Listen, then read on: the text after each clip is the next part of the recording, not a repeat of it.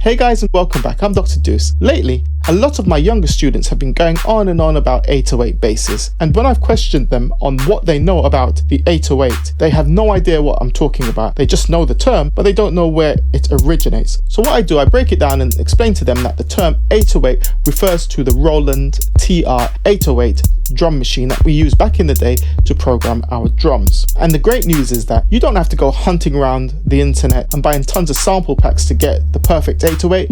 You can create it yourself because you have all of the resources at your disposal right here in Logic Pro X. And that's what I'm going to show you. I'm going to show you how to create those crazy 808 basses that you love so much using Alchemy right here in Logic Pro X. So let's get to it. Okay guys, so I've decided to use an 808 bass on this arrangement right here. Let me just play back a section for you.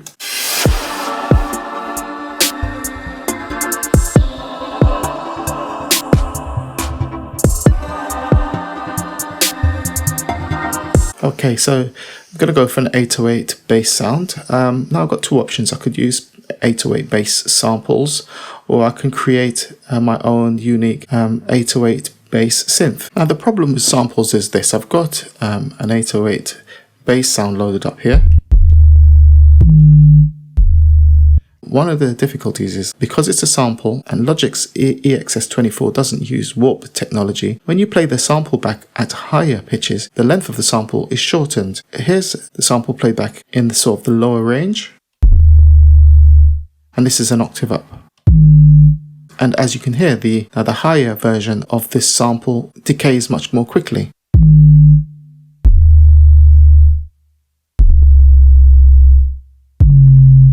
That's not going to be any use to me. I'd rather have an 808 bass that is completely under my control in terms of length, pitch, and duration. So let me show you how you can create one of those for yourself. Okay, so to start with, what we're going to do is create a brand new software instrument.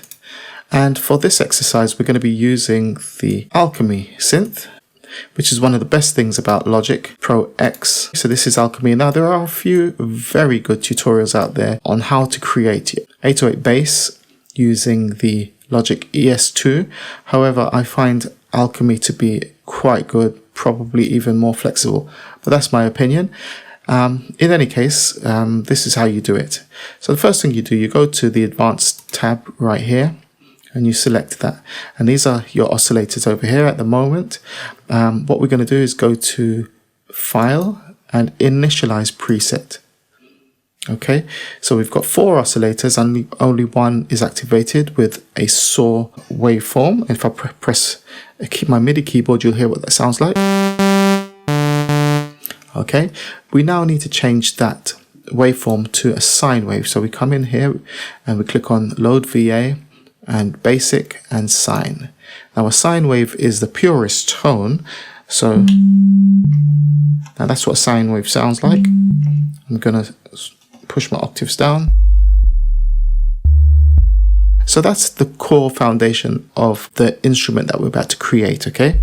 But we need to do a few more things to really get it firing the way we want it. So the next thing we do, we come over to Master, we click once on there, and then we come down to the modulation section, and under velocity, we're going to change the velocity from a depth of 50% to 0.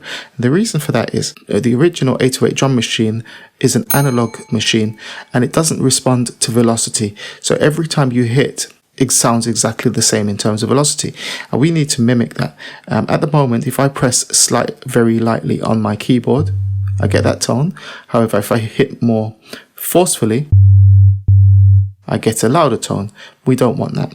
So hold down the Option key and click once to set that to 0%.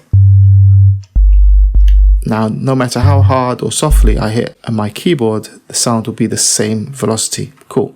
So that's that one. Next thing we want to do is come over to voices, and we want to change this. We want to again create a monophonic sound. At the moment, if I was to press one note on the keyboard and press another, they will overlap, they'll create a chord. We don't want that. We want just one note to be sounded at any one time. So 1 here. Okay, and we're going to change this here to re-trigger. Okay, Okay, next thing we do, we come up here to the coarse tuning and you click once on that. We come over to the modulation section and we're going to switch that on. Come here to MSeg envelope and choose MSeg 1. Okay, we now push the depth all the way up to the maximum. Now MSeg stands for multiple segment envelope generator. As it stands, we have 3 nodes right here, and we're just going to be adjusting the first 2. So you come to this one here and you grab that and you pull that down, and you can see the XY position. You want the X to be on 0.00, but you want the Y to be around 24%. There you go. Now you come to the second node, you bring that all the way down, so the X position, so the Y position's on 0%, and the X you want on 0.03 seconds. There. Okay. You don't touch the last one. Okay. Now let's listen to what we've got so far. Right. You hear that thud at the beginning of the bass? That's what you get. If we switch that off, right, it's more rounded tone. Switch it on, you get that punch at the start. Okay, so that's sounding good so far. The other thing that we want to do is want to come back to the main envelope, and I want to increase the release time. At the moment, when I press a note and release, the note fades fairly quickly. Okay, now if I increase the release time, I'm going to use about 6 seconds. You can use more or less, it's up to you. Now when I do it,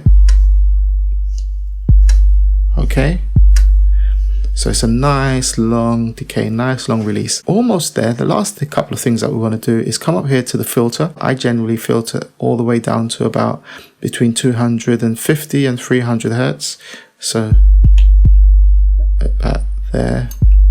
I'm going to boost the resonance all the way up to 50%. Okay, good. That's great. Okay, and then I'm going to push the drive all the way up to about 60%, and then we get that energy. You might need to turn your speakers down, your headphones down a little bit, because this might get a little bit loud. And there. Okay, now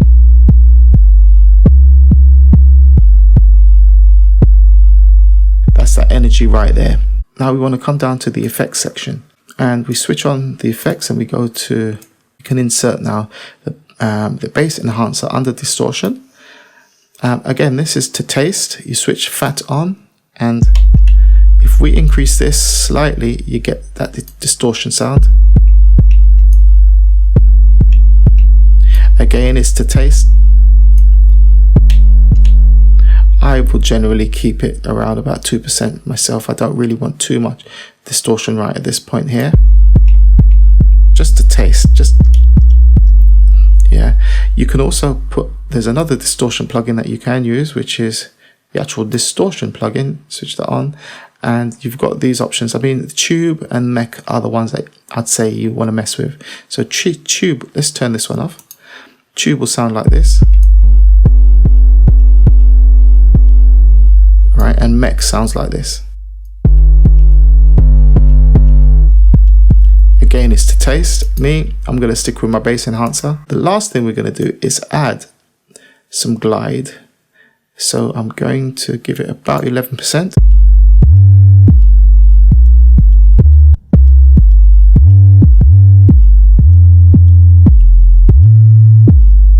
Okay, sounding good. Now I'm going to save this. Save as. I'm going to call it, I've already got 808 bass there. I'm going to call it 808 bass 2. Save that. Last thing I'm going to do is insert a compressor. Now this is important. You must check out my video on vintage compressor circuit types that I did not that long ago. We're going to insert a vintage compressor onto this channel strip. Just going to switch it to soft distortion, and let's have a listen. Switch it off. And you just find the tone that really works for you.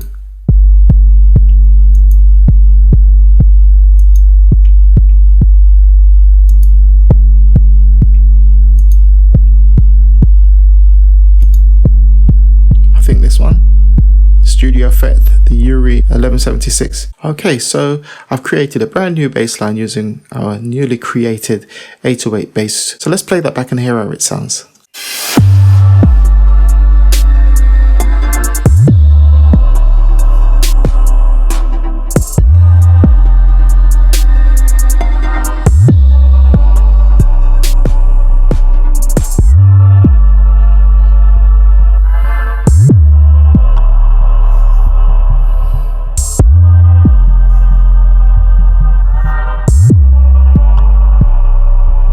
I hope you enjoyed that and you find it helpful. I'd appreciate if you like, comment and subscribe. I'll be back real soon. I'm Dr. Deuce. Peace.